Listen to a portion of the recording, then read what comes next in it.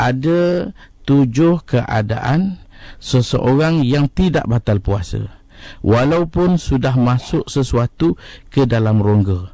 Benda dah masuk tapi tak batal, iaitu 7 keadaan. Pertama, apabila masuknya sesuatu dengan sebab lupa. Ini selalu berlaku awal Ramadan. Terlupa kita sudah makan. Kalaupun yang dia makan tu satu periuk sekalipun, maka puasa tak batal, kerana masuk dengan keadaan lupa. Yang kedua, sesuatu yang masuk ke dalam rongga dengan sebab dia jahil, dan jahil dia diterima. Siapa yang dikatakan jahil yang diterima ini? Iaitu 2 kumpulan. Yang pertama, jahil dia sebab dia baru masuk Islam. Jadi dia sangka puasa dalam Islam ni puasa tak bercakap. Rupanya bukan, puasa tak makan. Jadi dia tak tahu, dia baru masuk Islam, maka dia makan dalam keadaan jahil, puasa dia tak batal. Yang kedua, dia seorang yang duduk di pendalaman. Katakanlah ada orang asli yang duduk dalam pendalaman dan tak cukup keperluan, nak keluar ke bandar, nak cari ustaz, nak tanya masail, tak tahu.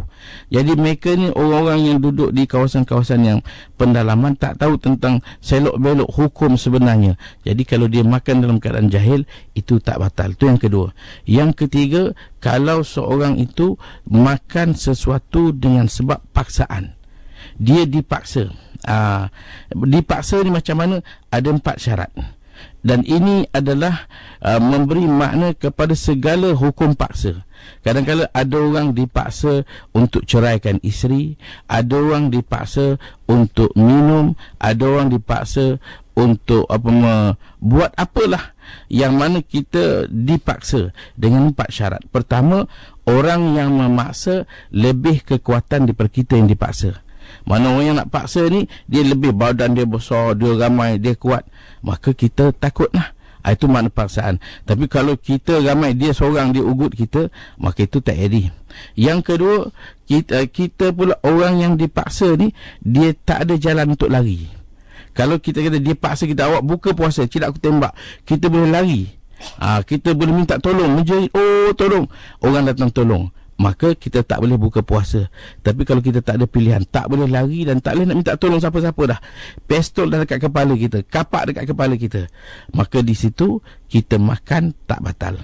Yang ketiga, kita tahu, kita rasa orang yang memaksa kita ni, kalau kita tak ikut arahan dia, dia mesti buat kita, dia mesti bunuh kita. Ini memang ada berlaku di setengah tempat. Orang Islam dipaksa. Awak bila ditanya, awak Islam ke bukan Islam? Kalau kita mengaku saya Islam, dia tembak kita, dia bunuh kita. Terpaksa kita mengaku saya bukan Islam. Ini berlaku di India dulu, bila peperangan antara bukan Islam dengan Islam, maka askar-askar bukan Islam, dia tangkap orang Islam, tanya awak agama apa. Kalau kita mengaku saya orang Islam, dia bunuh. Maka terpaksa kita kata saya bukan Islam. Bila kita mengaku kita bukan Islam, dia pun lepaskan kita, maka di situ boleh, tak ada masalah, kerana dia buat sesuatu yang membuatkan kita tergugat. Dan yang keempat, kita tidak ada langsung maksud kita pilih. Mana bila dia dah paksa, dia tak bagi kita 2 jalan.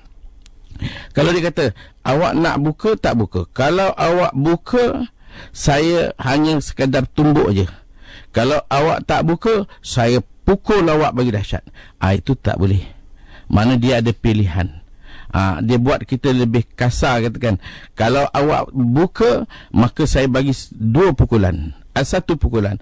Kalau awak tak buka, saya pukul awak 2 pukulan, atau saya ikat kat awak, bagi pilihan. Maka di sini kita tak boleh memilih, kita wajib teruskan puasa kita. Dan seterusnya, sikit lagi apa yang saya boleh beritahu, ada perkara yang juga masuk ke dalam rongga tak batal, iaitu air liur. Air liur ni kalau kita kumpul banyak mana pun, dan sampai masa kita telan, hilang rasa lapar kita, dahaga kita, kumpul lagi, telan, dengan syarat tak ada sesuatu yang bercampur dengan air liur, maka air liur tadi yang kita telan masuk ke dalam rongga tidak membatalkan.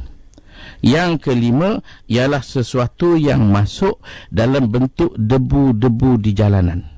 Kita bawa motor, kita naik kenderaan, maka tingkap kita tak tutup, debu, maka debu berterbangan membuatkan kita termasuk dalam mulut kita, maka itu tak batal. Yang keenam, sesuatu yang masuk dengan bentuk tepung. Ini kalau kita buat kerja dapur lah, kita buat kuih, tepuk-tepuk sekali tepung telah termasuk dalam mulut kita. Ataupun orang yang membuat binaan simen ke apa termasuk, maka itu tidak batal. Dan akhir sekali, sesuatu yang masuk dalam bentuk binatang, serangga, seperti lalat. Kita terbuka mulut, ada orang dia tidur, dia buka mulut dia, lalat lalu, bau pun sedap, dia masuk. Sekali terjaga kita, lalat dalam mulut tertelan, maka itu tidak batal.